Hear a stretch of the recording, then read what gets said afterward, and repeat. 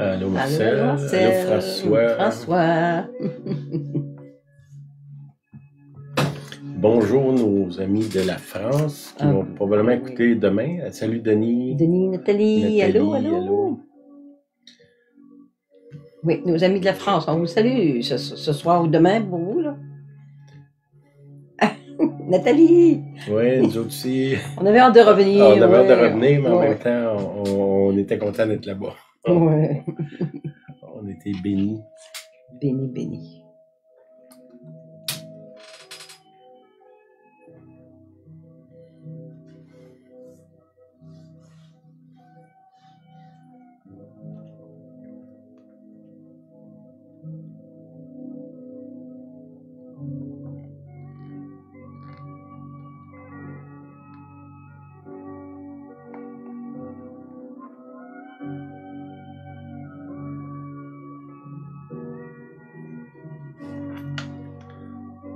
Bon. Ouais.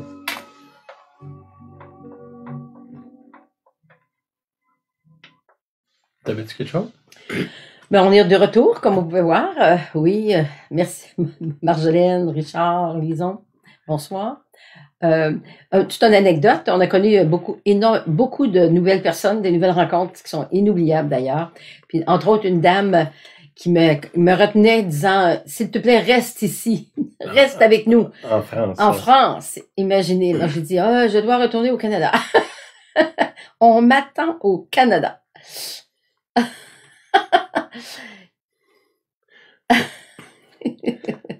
Oui, on a eu ce bon temps. On était quand même pas mal occupés. 12 réunions, 14 jours. Oui. Puis des belles rencontres, aussi des résultats. Dans le fond, ça fait plusieurs années qu'on va en France, là. Puis on connaît les gens, on a prié avec eux, puis là, ils nous reviennent. Moi, tu avais prié pour moi, puis telle chose est arrivée, telle chose. C'est bénissant de voir qu'il y a une suite là, de ce qu'on fait. Je dirais ce voyage-ci, pour moi, a été probablement celui qui a le plus eu de fruits, qui va durer à long terme, je parle, là, pour les églises en particulier. Là. On s'est plus adressé aux églises qu'aux individus. Je pense que je peux dire ça comme ça. L'Église de France, comme l'Église du Québec, est en pleine transition. Puis ça a été pas mal ça le discours, finalement, ce qu'on a abordé. Je dirais que l'Église de France est plus proche de ce qu'on pourrait appeler une persécution que nous, en tout cas, ce que je voyais là. C'est sûr que les ajustements sont différents, là. Mais ça l'annonce un peu quelque chose qui s'en vient ici, là. Un changement de ton soit des autorités ou des gens autour, là, puis qui va affecter ce qu'on fait. Selon moi, ça va tourner positif, là. L'Église, historiquement, a bien grandi dans les temps difficiles, de croissance, puis tout ça. Il y a aussi, on sent la crise économique. Je dirais, pour moi, je l'ai senti plus en France qu'ici. Oui. Mais je pense que les mêmes choses s'en viennent ici. Là. C'est un discours qu'on a depuis quand même un bout. Là, de dire, payez vos dettes, baissez votre niveau de vie. Simplifiez-vous la vie. Oui, mettez simple. S'il y a des choses dans lesquelles vous êtes engagé puis que vous n'auriez pas dû, repartez-vous puis demandez au Seigneur une solution. Parce que Dieu, il n'est pas à court de solutions, il faut juste aller vers lui. Peut-être quelques points. Là, j'avais transformation. L'Église est vraiment en train de se transformer. Puis il y a deux tangentes. Là, une Église qui devient de plus en plus mondaine, là, qui va accepter tout ce qui est la saveur du jour. Là. Puis de l'autre côté, l'Église qui va rester fidèle aux enseignements de Jésus, même quand c'est pas à la mode, puis que ça met en danger, on pourrait dire. Les deux, là, il y a vraiment une séparation. Ceux qui ont déjà lu le livre de Tom MacDonald, La séparation, on est dedans, là. Il y a vraiment un clash qui se fait entre à l'intérieur même de l'Église, puis aussi à l'intérieur de la société, là. C'est que ça va amener une transformation. Une des choses que j'ai vues en France, qui est ici aussi, là, c'est par rapport à l'intimité, c'est vraiment, vraiment, ça devient important d'avoir une intimité avec Dieu, d'être capable d'entendre sa voix. C'est un discours qu'on a depuis longtemps, mais qu'il n'y a pas tant de monde que ça qui ont embrassé cette idée-là que Dieu peut me parler pour mes situations quotidiennes. Puis si je suis dans un groupe, Dieu va parler à ce groupe-là pour moi, là, ou je vais parler au groupe pour des directions, des avertissements, tout ce qu'on va avoir besoin dans ce qui s'en vient, puis qu'on a déjà besoin. Vous savez, si on écoute le Seigneur, puis on est attentif à sa voix, ben ça nous sauve un paquet de problèmes inutiles. Puis ça, c'est important. L'autre chose aussi, de plus en plus, une Église qui va sortir de cette mentalité-là que la vie de l'Église, c'est dans la bâtisse. La vie de l'Église est en train de prendre toutes sortes de formes. À chaque jour, on voit différentes façons que Dieu rejoint. Il y a des gens qui vont même pas à l'Église, puis qui deviennent dans le fond, des piliers dans leur milieu de travail, soit à l'école, au travail, dans leur voisinage. C'est que la vie de l'Église qui va sortir de la bâtisse, dans certains cas, je ne vous donnerai pas le détail, mais certaines églises qu'on a vues là-bas qui sont en train de perdre les chartes, puis avec ça, probablement les bâtisses. Ça s'en vient ici. C'est que ça, qu'est-ce que ça veut dire? C'est que notre vie chrétienne, elle va arrêter de graviter autour de la bâtisse. Puis cette église-là va avoir un différent visage que ce qu'elle a maintenant. Si vous êtes dans la pensée que l'Église va revenir comme pré-COVID, oubliez ça, ça n'arrivera pas, là. Puis selon moi, ce que j'ai vu en France, c'est qu'il y a une accélération dans la transformation, que ça ne sera pas facile, mais selon moi, ça va être très positif. Parce que par nature, comme chrétien, comme humain, on n'aime pas le changement. Mm-hmm. Puis on n'aime pas se faire, moi je dirais, avoir de l'adversité. Mais on s'en va vers ça, puis en même temps, on va être accompagné, puis je pense de plus en plus clairement par le Seigneur. On va sentir sa présence, puis aussi il va intervenir de plus en plus dans nos vies. Faites juste attention de ne pas vous retrouver dans le modèle d'église qui va devenir mondain, là, qui accepte toutes sortes de croyances ou de comportements qui sont contraires à ce que Jésus a dit. C'est Jésus qui nous sauve, il n'y en a pas d'autre. Je suis le chemin, la vérité et la vie. Nul ne vient au Père que par moi. C'est ce que Jésus dit. Ça veut dire qu'il n'y a pas d'autre chemin que Jésus. Assurez-vous de suivre ce que Jésus dit. Parce que c'est lui qui tient la porte du ciel, puis la porte de votre salut. C'est pas la dernière opinion sur le marché, là. Puis l'idée de dire, ben Seigneur, je me suis compromis parce que j'avais peur, ça marchera pas bien, ça, là. C'est que soyez sérieux dans votre démarche. Sinon, ben, ne le soyez pas du tout. Engage ou dégage, hein, c'est ça. On avait eu une prophétie d'un enfant il y a quelques années, puis c'était ça. C'était un peu direct, là, mais ça venait pas mal. En tout cas, ça avait le mérite d'être clair, là. Les tièdes vont être vomis. Ouais, puis la Bible nous dit, les gens qui sont tièdes, ils vont être vomis. Soyez sérieux dans ce que vous faites. Assurez-vous de suivre. C'est quoi que Jésus a dit sur tel sujet? Le monde dit ça, mais Jésus, qu'est-ce qu'il dit? Qu'est-ce que les apôtres ont écrit là-dessus? Qu'est-ce qui est écrit dans l'Ancien Testament? Pour tous les sujets là, à la mode, là, allez voir qu'est-ce que Jésus dit, puis moi, je vous conseille de vous attacher à ce que Jésus dit, parce que c'est lui qui nous sauve. Il n'y a personne d'autre. C'est mieux j'aime mieux être en accord avec celui qui sauve qu'avec celui qui va nous donner. C'est-tu clair, ça? OK. Le 15 avril. On a réunion de silence, puis l'autre après, c'est mai. 13 mai. 13 mai. 15 avril, 13 mai. On vous encourage à venir. C'est samedi. Ça commence à 1 heure. C'est une Non. réunion de silence. Fait que essayez d'arriver à l'heure parce que sinon, vous dérangez les autres qui sont arrivés, eux, à l'heure. 1 heure, ça débute, ce qui arrivait un petit peu avant. Si vous voulez, après, on mange ensemble, on partage. Amenez votre lunch, parce qu'on n'organise pas de menu, là. Amenez votre lunch, si vous voulez partager, pas de problème. On mange ensemble, puis après ça, c'est une occasion de fraternité, puis on passe du bon temps. J'ai déjà annoncé le John Cava, qui est un frère de Caroline, du Sud, oui. Il vient le 27 mai à Québec.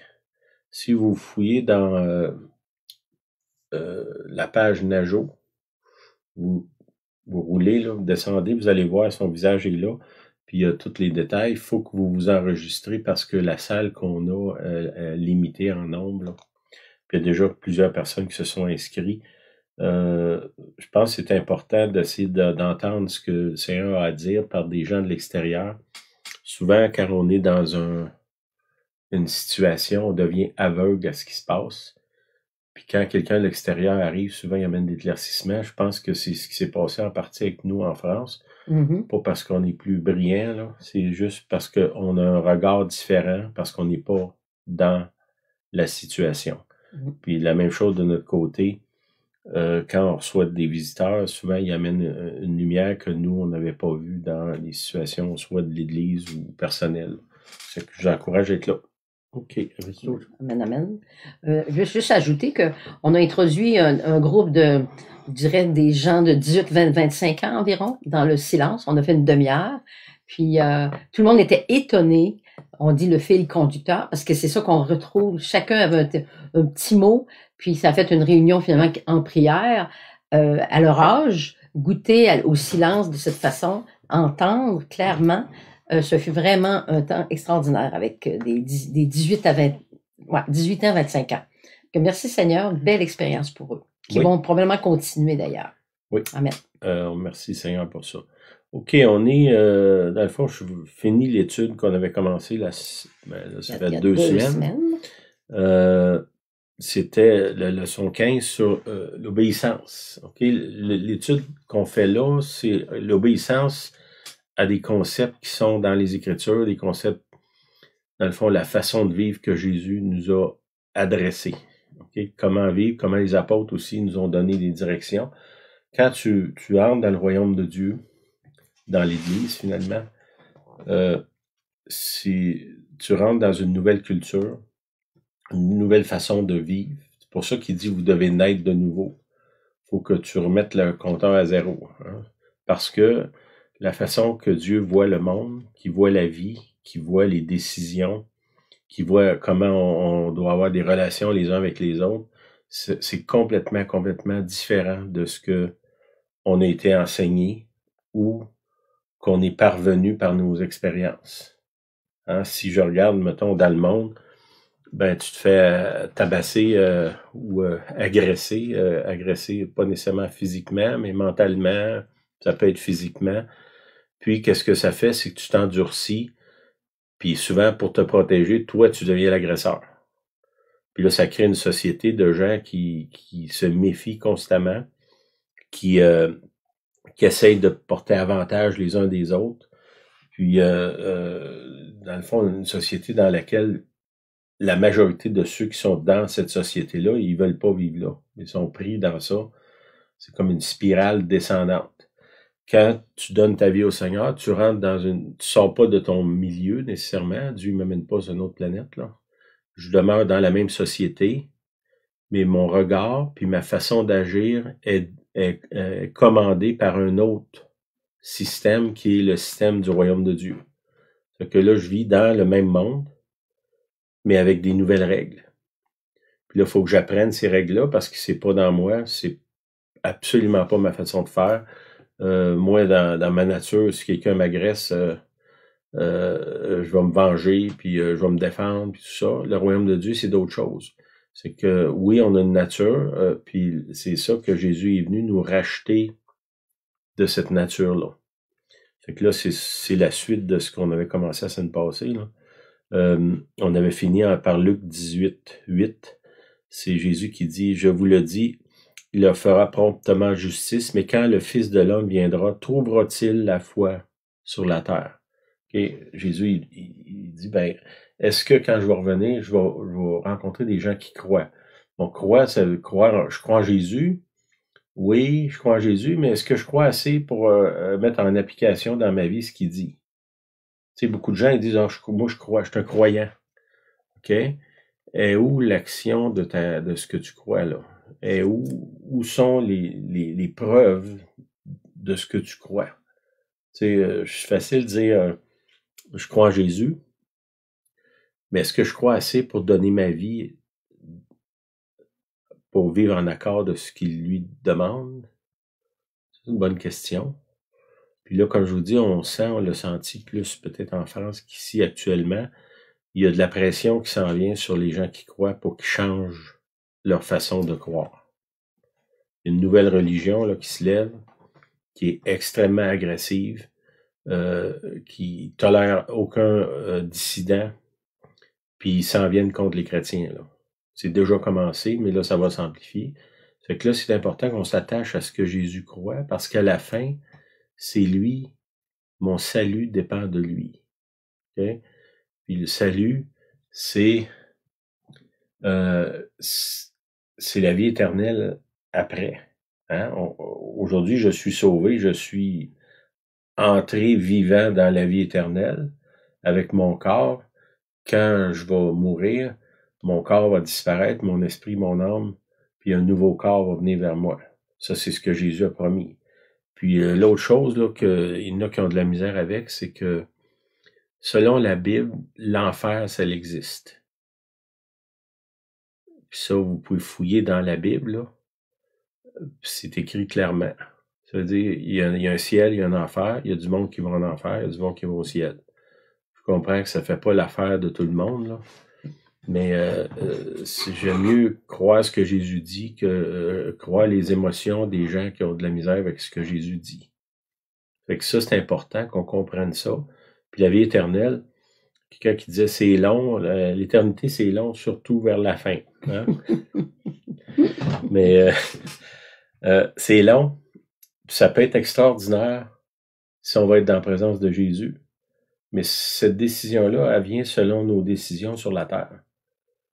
C'est important qu'on étudie le livre pour savoir c'est quoi la demande du royaume. Qu'est-ce que le royaume me demande? Puis on va voir comment on arrive là finalement là. OK. Cette semaine, c'est des textes qu'on a vus la semaine passée. Ils nous expliquent comment se comporter dans une nouvelle culture. C'est ce que je vous disais. Cette nouvelle façon de vivre qui est le christianisme. Cette culture est si différente de celle dans laquelle on vit. Nous avons besoin d'explications et de repères. Comme je vous dis, on rentre dans une autre société complètement, un peu comme si je prendrais, mettons moi, du jour au lendemain, dans l'espace d'une seconde, je me retrouve dans un petit village en Chine, je parle pas le langage, je mange pas les mêmes choses qu'eux, je vis pas dans les mêmes situations, il y a rien, ou à peu près rien qui est similaire. Les repères. Les repères sont plus là, ce que moi je me fiais pour prendre des décisions, ça existe plus. J'ai de la difficulté à communiquer.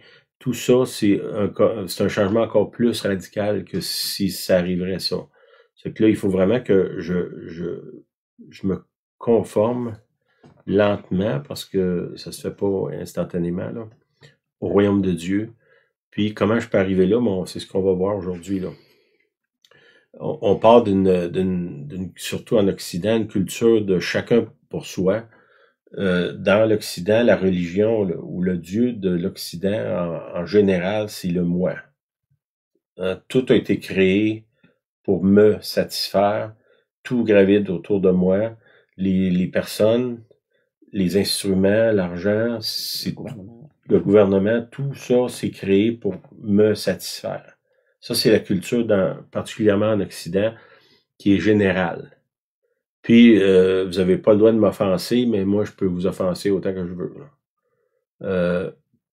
J'ai le droit de détruire votre vie, mais vous avez pas le droit de dire un mot sur ma vie. Ça devient de plus en plus ça, là, ce qui se passe.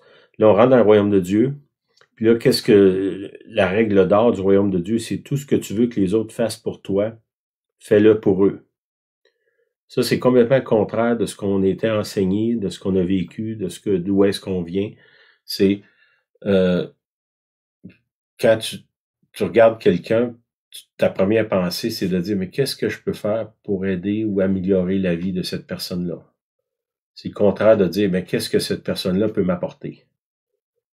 Puis ça, ben, comme on pourrait dire, la règle d'or, c'est simple, là. Tout ce que tu peux faire, tu veux que les autres fassent pour toi, fais-le pour eux. Bon, c'est assez simple, là. Il n'y a pas 50 explications à ça. Ça veut dire une seule chose. Mais comment je fais pour mettre ça en pratique dans ma vie quotidienne, avec les gens que je rencontre, les gens avec qui je vis, ma famille, mes collègues de travail? Ben là, ça c'est complexe. Le principe, on pourrait dire, c'est simple, mais c'est pas facile. Le principe est quand même assez simple, là. Quand je pense à prendre avantage sur l'autre, ben je tourne ça de bord puis je donne à l'autre. C'est ça? C'est ça? Mhm. OK. Ben, comment on fait pour arriver là? Mhm. Dans Luc 18, 27, c'est Jésus qui parle, qui vient nous donner un peu, il nous lance une bouée de sauvetage. Il dit, ce qui est impossible aux hommes est possible à Dieu. Ce qui est impossible aux hommes est possible à Dieu. Bon, si je reviens en arrière, tout ce que tu veux que les autres fassent pour toi, fais-le pour eux. Ben, moi, j'ai presque envie de penser que ça, c'est une genre de mission impossible. Hein? Puis là, Jésus vient à mon secours en me disant, je te connais, là. Je te connais. Mhm. Je te connais, je sais que ce que je te demande, tu peux pas y arriver. Reprends le verset 26 et 27. Lis-les donc, tiens. Le verset 26, il faudrait peut-être l'entendre aussi. Ceux qui l'écoutaient, ce sont les disciples qui écoutaient Jésus qui leur parlait. Puis là, il y en a un qui dit, mais qui peut être sauvé? C'est la question. Qui peut être sauvé d'une nouvelle manière de vivre, comme Sylvain vient de dire? La réponse du 27, Jésus répondit, celui qui est impossible aux hommes est possible à Dieu. Continue, Sylvain. OK, ouais. Bon, qui peut être sauvé? Qui peut mettre ça en pratique? Puis là, Jésus répond, ben, ça viendra pas de vous autres, les garçons, là. Hein? Les disciples, ça peut pas venir de vous.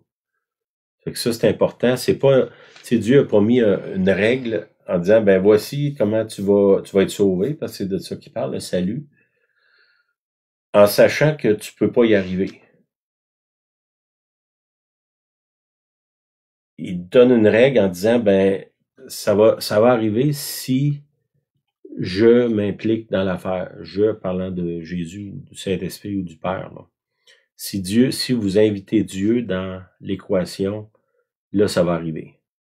C'est que mettez-vous pas de pression pour dire, ben là, il faut que je mette ça en pratique, un peu en pensant qu'à force de le répéter, ça va arriver. Mm-hmm. Ça, c'est pas les prières, selon la Bible, ce genre de pensée-là, ou de prière-là que tu répètes puis tu penses que tu vas avoir une solution. Jésus, dans Matthieu, il dit que c'est une prière païenne. Une magique aussi. Ouais, puis ça devient de la magie aussi, là. OK? C'est que prenez ça, peut-être un verset important, ce qui est impossible, Luc 18, 27, 26 aussi, ce qui est impossible aux hommes est possible à Dieu. OK? Il y a deux visions du monde là, qui s'affrontent. La première, ça dit, ben les hommes, finalement, sont, dans le fond, là, sont bons. Ils ont juste besoin qu'on les enseigne un peu, puis après ça, ils vont se mettre à faire le bien. Ils vont se mettre à vivre de façon droite. OK? Ça, c'est la première version. La deuxième version, ça dit que l'homme est naturellement poussé vers le mal. Dans Genèse 6.5, c'est ce que ça dit, et qu'il a besoin d'un sauveur. Okay? Bon, on sait que le fait que je sais ce qui est bien, ça veut absolument pas dire que je vais le faire. Même quand ça m'est imposé. Hein? Si je dis, je sais pas moi, si vous fraudez, vous allez avoir une amende de 10 000 $. Même avec une amende de 10 000 $, les gens vont frauder pareil. Pourquoi? Parce que c'est dans leur nature d'aller contre les règles. C'est dans la nature humaine de ne pas suivre les règles. On voit ça au début de la Bible. Dieu, dans le jardin d'Éden, il y avait une loi. Imaginez-vous aujourd'hui, là, tu as des livres de loi, ça doit remplir une pièce au complet, là. Puis là, il y a une loi, puis ils réussissent à passer, à pas obéir à cette loi-là. Une seule règle, il dit, tu peux manger tout, tu peux faire n'importe quoi, sauf manger telle chose. Puis qu'est-ce qu'ils font? Ils s'en vont là, puis ils désobéissent. Ça nous dit que c'est impossible aux hommes, mais c'est possible à Dieu. Puis le christianisme, c'est pas un programme d'amélioration personnelle. Hein? On va te dire qu'est-ce que tu dois faire pour être une bonne fille. Puis toi, naturellement, tu vas devenir une bonne fille. Non. Hein? Puis c'est la même chose pour moi. Je sais quoi faire, j'ai lu la Bible. Ah oui? Quand est-ce que tu vas le mettre en pratique? Ben, je sais pas, là, ça fait 40 ans que j'essaye, puis encore des manquements quotidiens dans mon... C'est pas possible. C'est pas parce que je le sais pas. C'est impossible. C'est parce que c'est impossible. Et puis ça, c'est important. C'est impossible aux hommes. Fait qu'il faut que vous faites la paix avec votre incapacité à suivre les simples règles du Nouveau Testament. Ça, il faut faire la paix, d'arrêter de dire, ben, faut que je le fasse. C'est pas comme ça que ça vient. Okay? Je pense souvent au sacrifice de Jésus. En plus, on avait la Pâque en fin de semaine.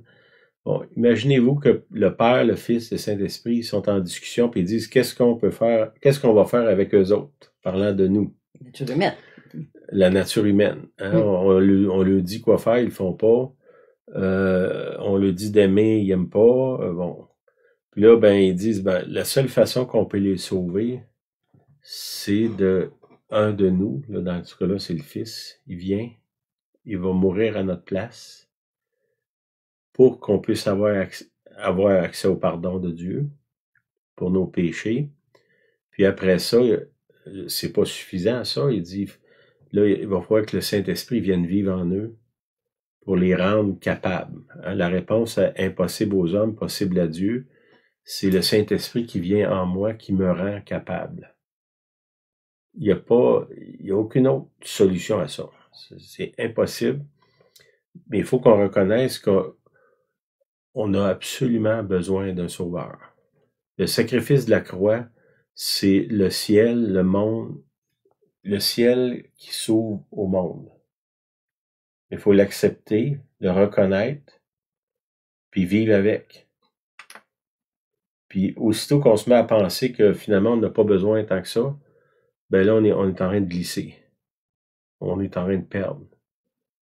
Parce qu'à chaque moment de ma vie, jamais dans toute ma vie, je vais être assez tellement spirituel que j'ai pas besoin du sang de Jésus pour être sauvé.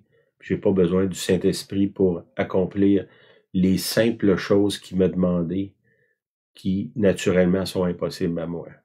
C'est que vous avez désespérément besoin, nous avons désespérément besoin du Saint-Esprit à chaque instant de notre vie pour pouvoir vivre la vie chrétienne.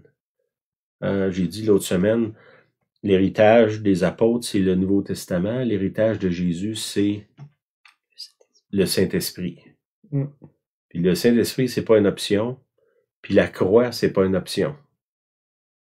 Ne diminuez jamais la puissance qui a été relâchée dans le monde à la croix.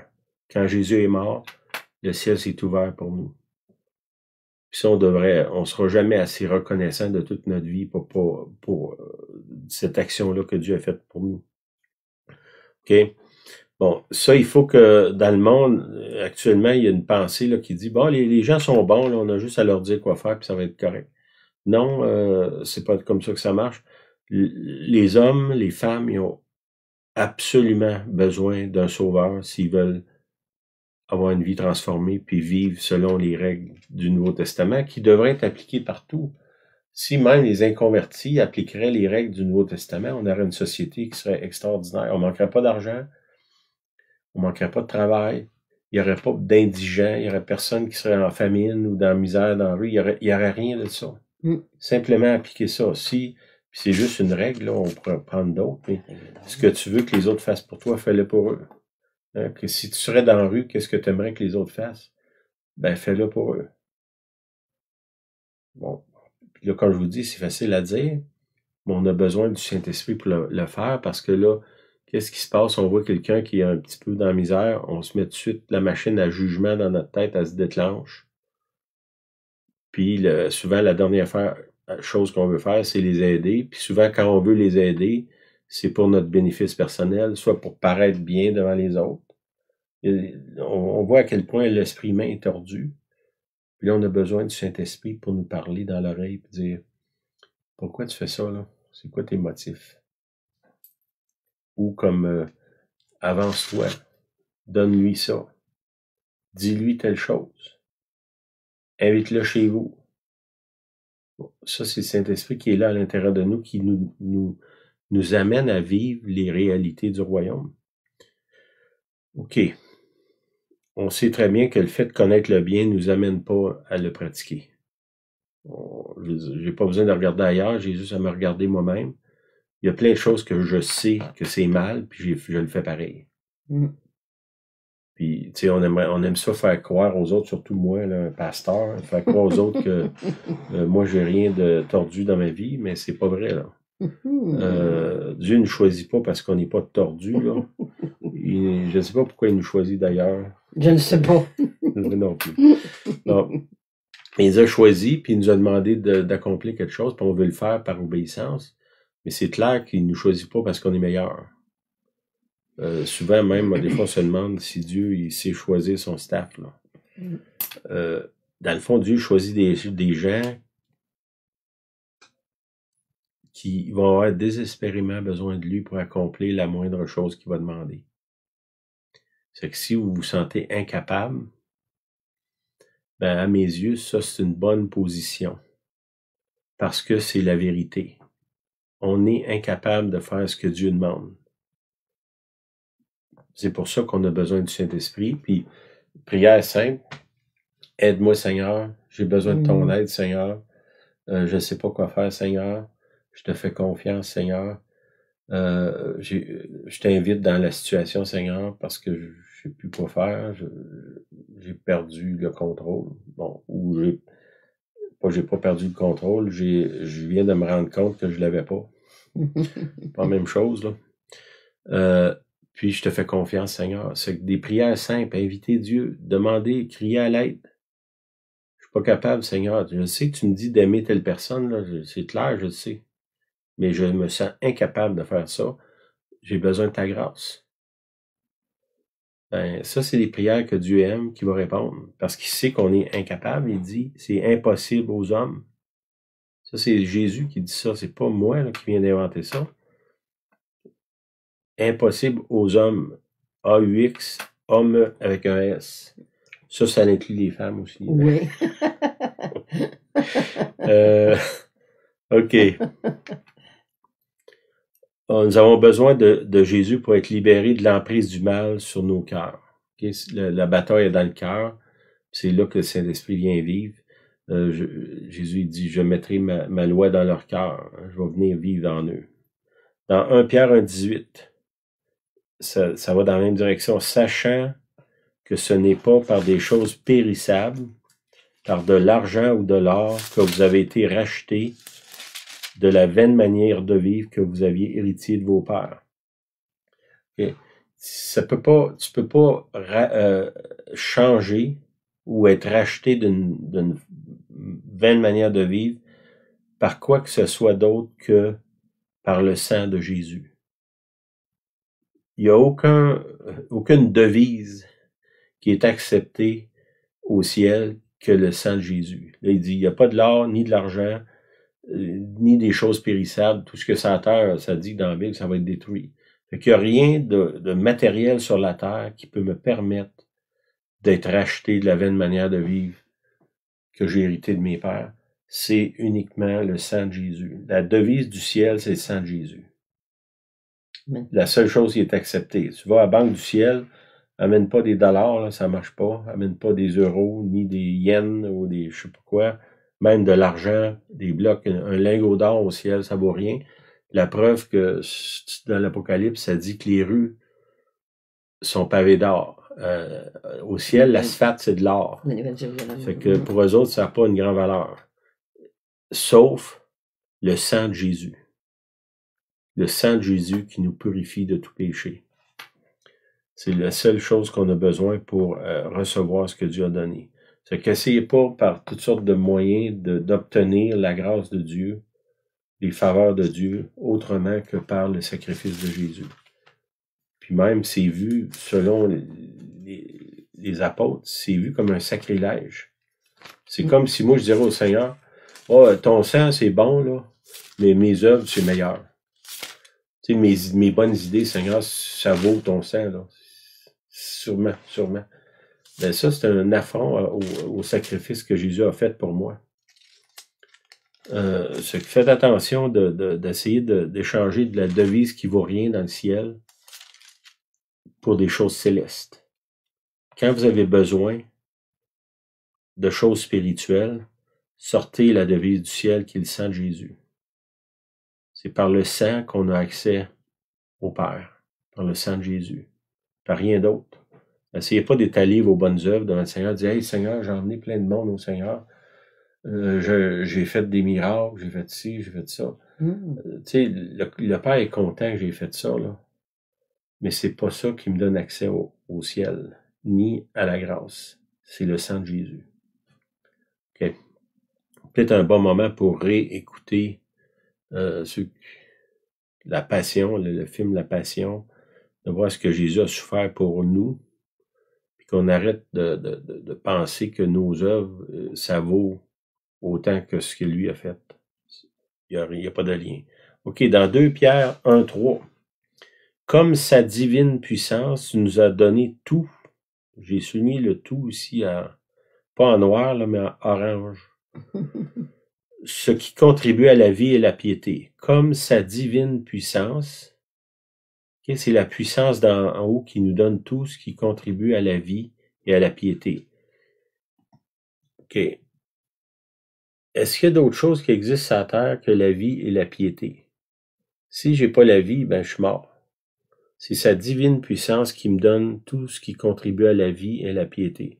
Si vous sentez que votre vie elle vaut pas grand-chose ou il se passe pas grand-chose, demandez à cette divine puissance qui vous donne tout ce qui contribue. Tout ce qui nous fait avancer dans la vie, dans la piété. Piété, c'est quoi? C'est notre dévotion au Seigneur. Okay? Au moyen de la connaissance de celui. Okay? Là aussi, j'ai souligné de celui. C'est pas la connaissance comme j'apprends plein de choses. C'est de connaître une personne qui est Jésus-Christ. Ici, la connaissance, c'est pas un dictionnaire, là. C'est une personne. C'est pas moi qui apprends à lire la Bible par cœur, là. C'est de connaître Jésus. Au moyen de la connaissance de celui qui nous a appelés par sa propre gloire et par sa vertu. C'est qui ça? C'est Jésus-Christ.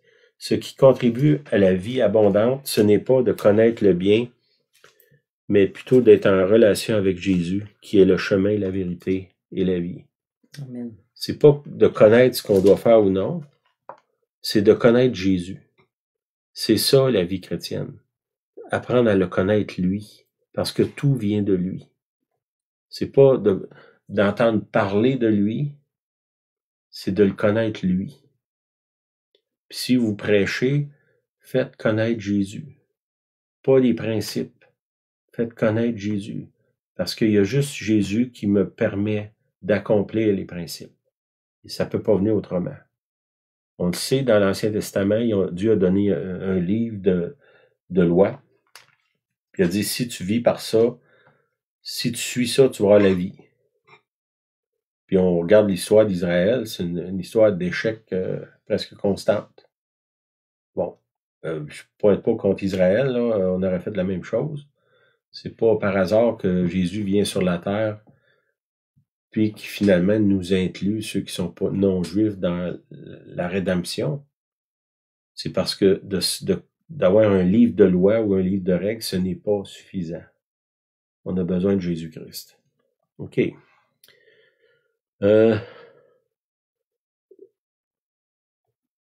OK, Philippiens 3:10. Afin de connaître Christ. Il y a une autre version qui dit que je puisse le connaître, comme si c'était son seul objectif dans la vie, que je puisse le connaître connaître Christ et la puissance de sa résurrection et la communion de ses souffrances en devenant conforme à lui dans sa mort. C'est en devenant comme Christ par la puissance du Christ. C'est par, ça dit, il y a un passage dans l'Ancien Testament qui dit, c'est par ta lumière que nous voyons la lumière. C'est par ta vertu que nous devenons vertueux. C'est par ta puissance qu'on va ressusciter. Tout vient de lui, la communion avec Jésus. Ça, c'est dans Philippiens 3, 1, 2 Pierre 1, 4. Lesquels nous assurent de sa part les plus grandes et les plus précieuses promesses, afin que par elles, vous deveniez participants à la nature divine. Okay? C'est quoi les grandes, les plus précieuses promesses? C'est de revêtir la nature divine, de devenir comme Jésus. Quoique Jésus prend la place en moi, c'est ça. En fuyant la corruption. OK? Je pense que je vous avais donné la définition de corruption. C'est quelque chose qui est détruit par manque d'attention. Hein? Si tu manques d'attention envers le Seigneur, tu deviens corrompu. Il dit de fuir la corruption. Puis qu'est-ce qui se corrompt? C'est quelque chose qui est négligé, puis sur lequel on ne porte pas attention. La chose qu'on devrait porter le plus attention dans notre vie, c'est notre relation avec Jésus. Puis souvent, on la néglige, puis là, qu'est-ce que ça fait? Ça se met à sentir pas bon autour de nous autres. Qui existe dans le monde par la convoitise. Okay? La convoitise, c'est toutes ces choses-là qu'on désire qui finalement nous éloignent de Dieu. Puis étrangement, ça peut être quelque chose qu'on pourrait dire à première vue vertueuse. Mettons, moi, je désire être un prophète. Et que Dieu m'appelle pas à ça. Mais cette convoitise-là va m'éloigner de ce que Dieu a pour moi. Peut-être Dieu m'appelle à être un apôtre ou quelqu'un, Simon de Cyrène, qui transporte la croix de Jésus. Dieu m'appelle à ça, puis moi, je veux être un prédicateur. Il dit, non, ce que je te demande, c'est de transporter la croix de Jésus. Là. Puis parce que moi, je convoite une position c'est pas un péché quand même, là. Mais ça peut le devenir parce que je convoite quelque chose, puis cette convoitise-là m'éloigne de ce que Dieu a pour moi. Puis ça peut être, je sais pas moi, quelqu'un qui me disait, ben là, si je peux rencontrer une femme puis me marier, là, je vais servir le Seigneur. Ah ouais, ça va changer la journée que tu vas te marier. Là. Après ça, il va me dire, ben si je serais pas marié, peut-être que je pourrais suivre le Seigneur. Pourquoi je convoite quelque chose qui m'éloigne de ce que Dieu a pour moi. Bon, vous comprenez que Dieu n'a rien contre le fait que je veux une femme, là. Mais que moi, je prends ça comme excuse pour pas le servir. Là, il y a quelque chose qui fonctionne pas. OK, ça dit, en continuant à dire, à cause de cela même, faites tous vos efforts pour joindre à votre foi la vertu, la science, la tempérance, la patience, la piété, l'amour fraternel, la charité. Et il y a toute une liste, là. Si on revient en arrière et on dit, le Seigneur dit, ce que je vous dis là, c'est impossible pour vous autres d'atteindre ça. Ben, OK, Seigneur, ben, je prends ce 2 Pierre 1, 4 à 8. Seigneur, tu dis que je dois mettre ça en pratique. Je reconnais, je lève ma main pour dire, Seigneur, je suis pas capable de faire ça. C'est hors de ma portée. J'ai besoin de ta grâce. J'ai besoin de ton aide. Puis Seigneur, toi, tu dis que à toi, ces choses-là sont possibles. Je t'invite dans ma vie, je te demande de m'accompagner dans cette transformation-là que tu veux opérer dans ma vie. Elle ne vous laissera point oisif ni stérile pour la connaissance de notre Seigneur Jésus-Christ. Encore là, il parle de la connaissance. Il ne parle pas d'une connaissance intellectuelle comme savoir plein de choses. Il parle de connaître Jésus intimement. De connaître lui. La personne de Jésus-Christ. Ouais, je vais prier pour ça, parce qu'on a besoin de ça. Ben, je vais revenir en arrière. Seigneur, j'accepte le fait que tu dis qu'on ne peut pas être sauvé, c'est impossible pour nous. mais que pour toi, Seigneur, tout est possible. Seigneur, je te demande de nous inclure dans cette possibilité-là d'être sauvés. Pas seulement sauvés quand on va mourir, mais sauvés à chaque instant, à chaque moment, sauvés de notre nature de péché, qui trop facilement, Seigneur, s'éloigne de ce que tu demandes, de ce que tu désires. Saint-Esprit, je te demande de nous conduire. On a désespérément besoin de toi. La vie sans toi, on ne peut pas l'accomplir. La vie du royaume, tu dois être au centre. Saint-Esprit, sois au centre de nos vies. Conduis-nous dans la vérité. Aide-nous à marcher dans cette vérité-là. Seigneur, je reconnais que sans toi, je peux rien faire. C'est Jésus qui dit ça. Et Seigneur, je te demande humblement, Seigneur, d'intervenir dans ma vie pour que tu puisses me permettre de vivre la vie abondante que tu promets, Seigneur.